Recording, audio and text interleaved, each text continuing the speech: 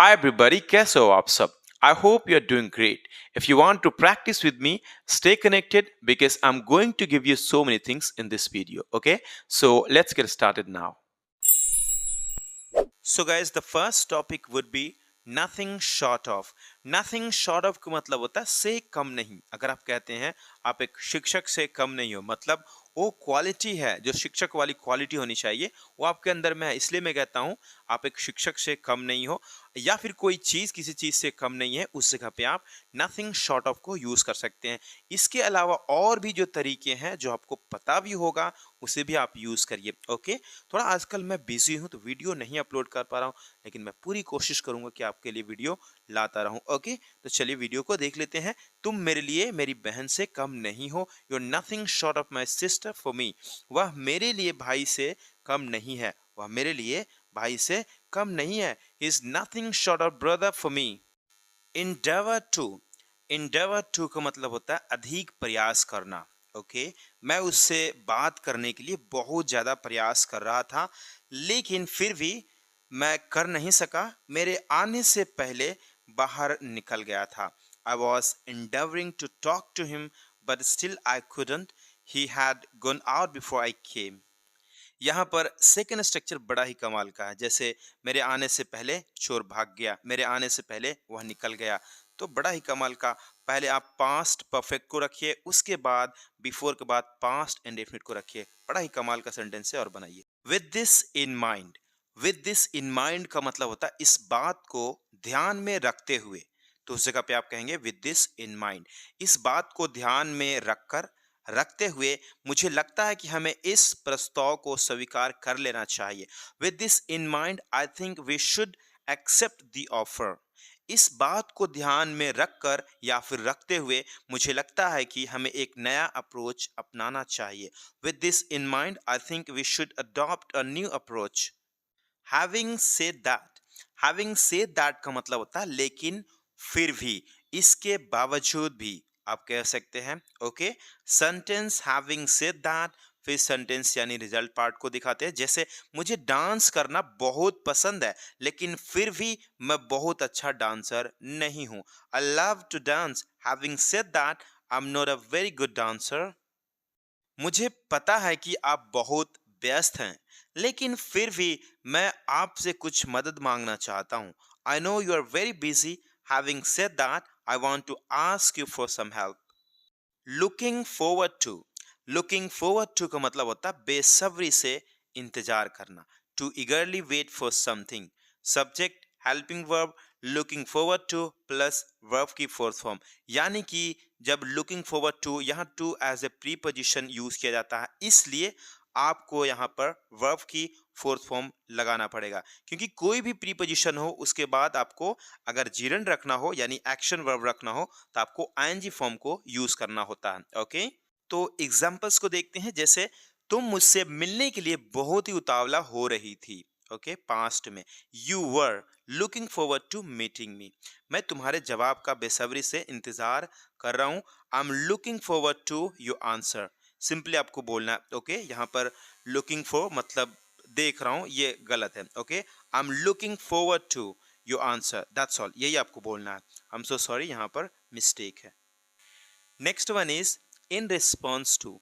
In response to का मतलब होता है कि जवाब में, के प्रतिक्रिया में। मान लो किसी ने आपको कुछ भेजा या फिर कोई बात कही, तो आप उसके अकॉर्डिंग आप तो कुछ बोलना चाहेंगे, राइट? तो आप कहते हैं in response your conversation, in response to your email, जो भी होगा अपने अकॉर्डिंग आप बात करेंगे।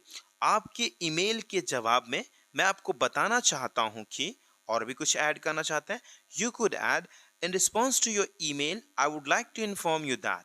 आपकी चिंताओं के जवाब में हम आपको बताना चाहते हैं कि in response to your concerns we would like to inform you that. उसके बाद जो भी ऐड करना चाहते हैं कर सकते हैं। Okay, let's move ahead for the, okay, so next one is going to be for the sake of.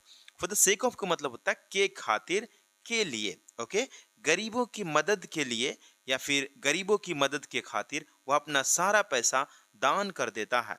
He donates all his money for the sake of helping the poor. As a matter of fact, as a matter of fact का मतलब होता है वास्तव में या फिर सच तो यह है कि, मतलब मान लो कि कोई इंसान कोई चीज कह रहा है लेकिन वो आपको लग रहा है नहीं ये तो गलत है, ये सही नहीं है, तो आप कहते हो ना सच तो ये है कि तुम झूठ बोल रहे हो। मतलब अपने अकॉर्डिंग आप सिचुएशन क्रिएट करते हैं और इसे यूज करेंगे as a matter of fact. वास्तव में या फिर सच तो यह है कि, जैसे as a matter of fact she is a talented musician, she is a talented musician. कहने का मतलब कोई कह रहा है कि वो तो संगीतकार नहीं है, लेकिन आप करो नहीं नहीं नहीं, ऐसा नहीं है, as a matter of fact she is a talented musician. Okay, तो कुछ इस तरीके से आप क्रिएट करेंगे सेंटेंस को। अगला सेंटेंस है as a matter of fact I have never been to that restaurant. बड़ा ही सिंपल है, वास्तव में मतलब सच तो यह है मैं उस रेस्टोरेंट में कभी नहीं गया हूँ। हैव बिन टू का यूज है, जैसे हैव बिन मैं मुंबई नहीं गया हूँ, तो मैं कह सकता हूँ I haven't been to Mumbai, मतलब मैं मुंबई से होकर नहीं आया हूँ, एक्सपीरियंस वहाँ का नहीं किया हूँ। Okay, alright, as a matter of fact it's a beautiful day outside. Next one is by all accounts. By all accounts का मतलब होता है सभी के मुताबिक, सभी के मुताबिक, सभी के अनुसार, उस जगह पे आप बाय ऑल अकाउंट्स को यूज कर सकते हैं। जैसे सभी के मुताबिक दिल्ली एक खूबसूरत शहर है। By all accounts Delhi is a beautiful city. By luck, किस्मत से, वे खराब खेले लेकिन किस्मत से मैच जीत गए। They played badly but won the match by luck. In my opinion, in my opinion मेरे ख्याल से, मेरे हिसाब से, मेरे हिसाब से, उसके बाद जो भी आप कहना चाहते हैं कह सकते हैं, मेरे हिसाब से तुम ठीक हो। In my opinion you are okay, you are quite good. Okay, मैं आपकी हताशा को समझता हूँ, लेकिन मेरी राय में अपनी बॉस से शांति और तर्क संगत तरीके से संपर्क करना सबसे अच्छा है। I understand your frustration but in my opinion it's best to approach your boss calmly and rationally. Consequently, इसलिए, ओके, तुमने अपना होमवर्क नहीं किया इसलिए तुम कक्षा में नहीं बैठ पाओगे। You did not do your homework, consequently you will not be able to sit in class. मैं अपनी कार बेच दी, मैंने अपनी कार बेच दी इसलिए अब मैं बस से यात्रा करूंगा। I sold my car, consequently I will travel by bus now. Next one is smitten. Smitten का मतलब होता है प्यार में पागल, प्यार में डूबा हुआ, उस जगह पे हम स्मिटन को यूज कर सकते हैं। Since I saw that girl on Instagram I have been smitten with her. मैं एक लड़की के प्यार में पागल था लेकिन उसने किसी और को चुनी। जब उस लड़के ने धोखा दिया तो इसे प्यार को एहसास हुआ, मुझसे मिलना चाहती थी लेकिन मैं किसी और को हो चुका था। Okay, it's so simple but you can use it. All in all, all in all का मतलब होता है कुल मिलाकर, कुल मिलाकर खाना बहुत स्वादिष्ट था। All in all the food was very tasty, कुल मिलाकर तुम बहुत स्वार्थी हो। All in all you are so selfish, कुल मिलाकर ये वीडियो मजेदार था। All in all this video was interesting. This is what, this is what का मतलब होता है यही तो, यही बात तो। एम्फेसाइज करते हैं कोई पॉइंट को, कोई चीज को, सिचुएशन को, या फिर कोई बात कहते हैं ना, यही तो मैं कह रहा था, यही बात तो मैं बताना चाहता हूँ, यही तो मेरा मतलब था जब मैंने कहा कि हमें जल्दी शुरू करना चाहिए। This is what I meant when I said we should start early. यही तो बात है जिसका मैं बात कर रहा था। प्रेजेंटेशन के लिए अच्छे से तैयार रहना महत्वपूर्ण है। This is what I was thinking, I was talking about. This is what I was talking about. It's essential to be well prepared for the presentation. Guys, if you feel this video is going to help you learn English in a better way, you need to like this video. In addition to that, you need to share the video. If you share the video, I'm going to get the views. That's why I usually say share the video, okay? And of course, you should share the video with your friends or colleague. It could be anybody, okay? So now let's move ahead. So next one is as for. As for के बाद आपको non या फिर object या कोई जीरन जो भी आप रखेंगे। ओके, जहां तक मेरी बात है, जहां तक उसकी बात है, जहां तक इस प्रोडक्ट की बात है, जहां तक उस खेल की बात है, अगर आप हिंदी इस तरीके सोचते हैं तो उस जगह पे एज फॉर को आप लगाइए। That would be okay for you. Okay, जहां तक मेरी बात है एज फॉर मी, इसके अलावा और भी तरीके हैं वो भी आप यूज कर सकते हैं, इसमें कोई दिक्कत नहीं होगी। ओके, जहां तक मेरी बात है मैं सहमत हूं कि हमें इस मामले पर और चर्चा करने की ज़रूरत है। हालांकि मुझे यह भी लगता है कि हमें इस बारे में सावधानी से सोचने की ज़रूरत है कि हमें आगे क्या कदम उठाना चाहिए या फिर उठाएं। Okay, as for me I agree that we need to discuss this matter further, although I also think we need to think carefully about what steps we take next. Attribute to, attribute to का मतलब होता है श्रेय देना, उत्तरदायी ठहराना, मत्थे मढ़ना। अगर आपने किसी का म्यूजिक या फिर वीडियो यूज किया है तो आपको श्रेय तो देना चाहिए, राइट? तो उसी को हम कहते हैं एट्रीब्यूट। ओके, कई कलाकार अपनी प्रेरणा प्रकृति की सुंदरता को देते हैं। Many artist attribute their inspiration to the beauty of nature.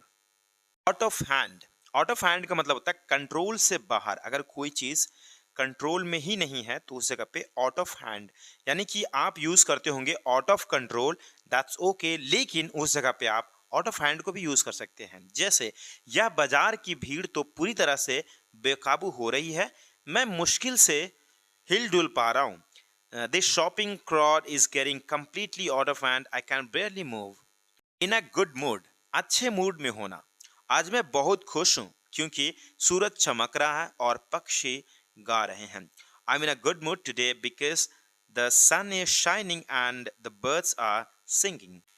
In a bad mood, in a bad mood का मतलब होता है बेकार मूड में होना, बेकार मूड में रहना। ओके, मैं बहुत बुरा महसूस कर रहा हूँ, मतलब बेकार मूड में हूँ, मैं किसी से बात नहीं करना चाहता।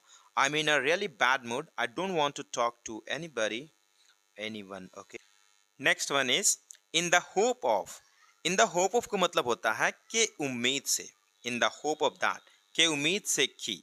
ओके, अगर आप चाहते हैं तो होप या फिर दैट, दैट के बाद एक पूरा पूरा सेंटेंस रखना पड़ेगा, सेंटेंस के बारे में मेंशन करेंगे, या फिर इन द होप ऑफ को भी यूज कर सकते हैं। It is up to. जैसे मैं इस उम्मीद से आया था कि तुम मुझे मदद करोगे। I had come in the hope of that you would help me. मैं इस उम्मीद से आया था कि तुम मुझे सब कुछ बता दोगे। I had come here in the hope of that you would let me know everything. Given that, given that का मतलब होता है किसी चीज को ध्यान में रखकर, ध्यान में रखते हुए। ओके, उसकी कंडीशन को देखते हुए उसने अच्छा खेला। Given his condition, he played well.